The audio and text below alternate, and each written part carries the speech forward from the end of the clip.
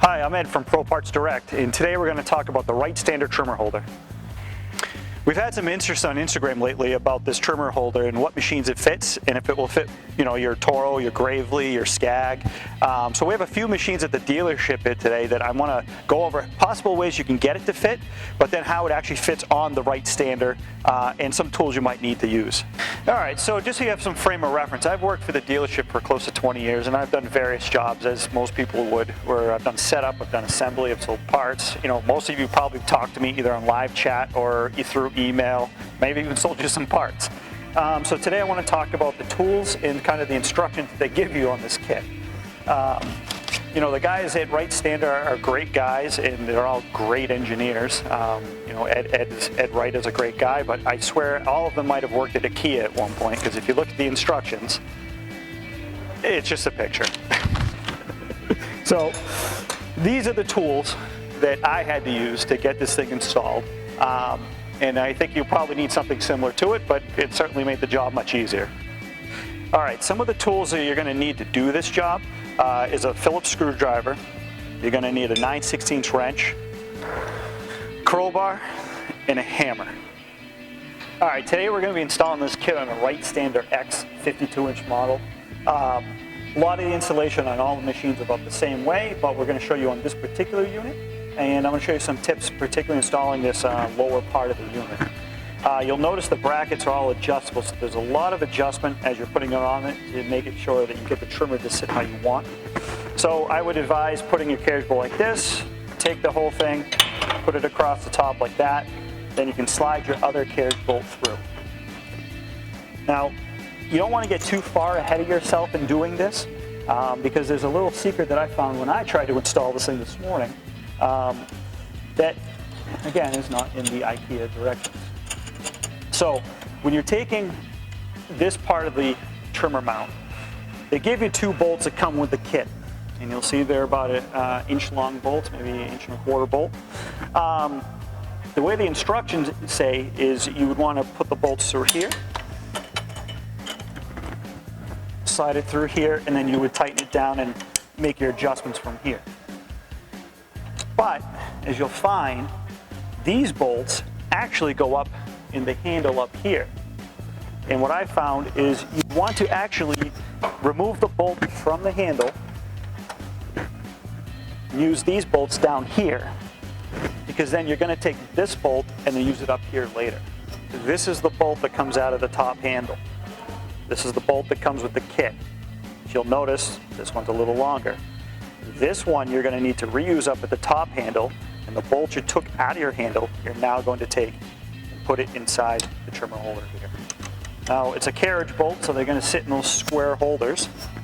Take your nuts, and we'll just kind of loosely put them on there for now.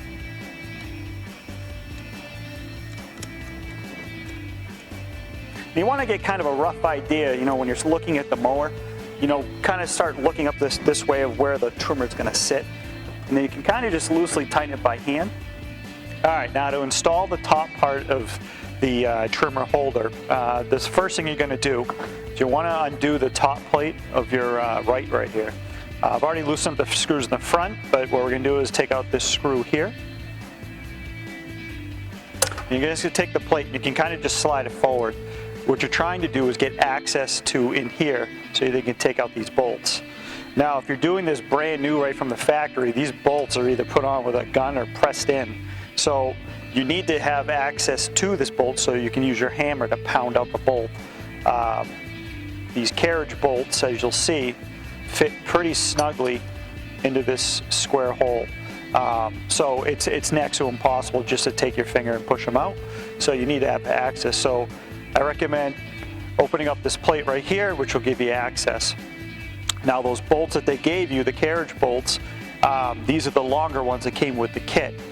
And you'll need that because the thickness of this steel, and then the thickness of your handle, you'll need that to put that in there. So what we'll do is we'll take out this bottom. Now, the bottom bolt's a challenge because there's not a lot of room, and that's where that crowbar is going to come into play, where you can sit there and kind of really pry on that to push it out. Once they come out pretty easy. But to do that is pretty tough. So So what we'll do is we'll take our carriage bolts, start with the top one, put it in here, line it up with our handle.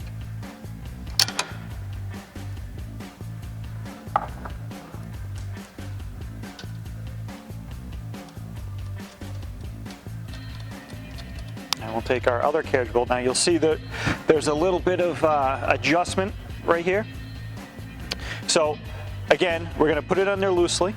Now obviously you can see by removing that panel, there's a lot of room in there now where you can get your hand in there and actually tighten these things down. So we start with like that, then we'll look down at your bottom mount and we'll kind of just sit the adjustment.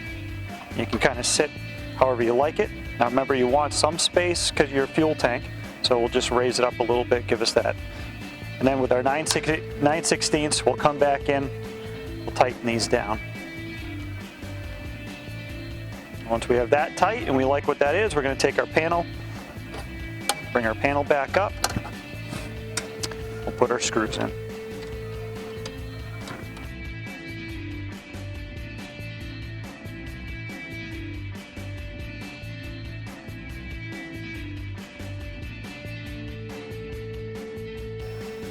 Okay, so the first thing we're going to talk about is installing the lower mount on some of these other machines. Right here we have a Gravely Pro Stance 52. The engineers at Wright were brilliant at this because you'll find out that they use a lot of the same measurements and a lot of the mowers carry, so you can fit on these things. So if you take your mount, assemble it like we normally would, you'll see you can slide it right over the caster wheel. Now you can find whatever alignment will work right here, and we can take and put the nut on. And I would do the same procedure. We'll just kind of loosely tighten it. And that way when we go to install the other half, we can make sure it all lines up. But you'll see it will fit there. Now you may have to take these bolts and maybe take a wheel and cut the bolt just so your caster wheel isn't hitting the bolt. So once you have that mount, now here with the upper mount, on the tunnel here, you know, this is going to be more of a do-it-yourself project, so you're going to have to figure out where you like it, drill a couple holes, you can put your bolts in, and again, just make sure it lines up. So it does what you need. And what you'll find is pretty much in all the other brands, you're going to be doing something similar to this. All right, now we're going to be installing this on the Skag V-Ride. Now the V-Ride is a real popular stand-on mower. All we're going to do is we're going to switch around this bracket. So I'm going to take it. Now, it will not fit on the caster arm, so you're going to have to fit inside of here.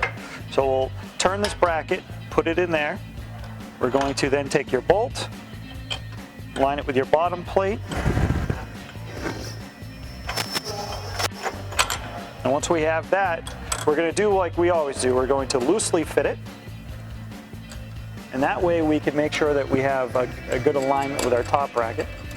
Now, because the nice guys at Wright Stander engineered this properly, I can take this arm and I can slide this arm this way, which will give us a nice alignment going up the mower for our trimmer. Okay, so now to install the top part on your Skag.